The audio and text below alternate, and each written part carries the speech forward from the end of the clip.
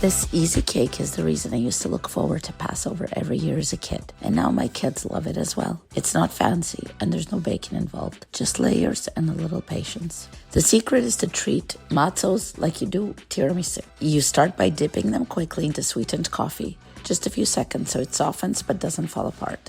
Then you layer them with a whipped cream and vanilla pudding mixture, light, fluffy, and just lightly sweetened. You do this over and over again, matzo cream, matzo cream, matzo cream, building it up until you've got a full pan. Finish with shaved chocolate on top, and then comes the hardest part, waiting. You let this cake sit overnight in the fridge, but by the next day, something kind of magical happens. It turns matzo into tiramisu. Soft, creamy layers that slice like cake with that hint of coffee running through everything.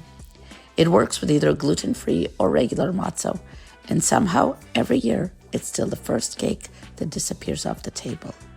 Adults or kids, everyone loves it. And honestly, it makes Passover worth waiting for.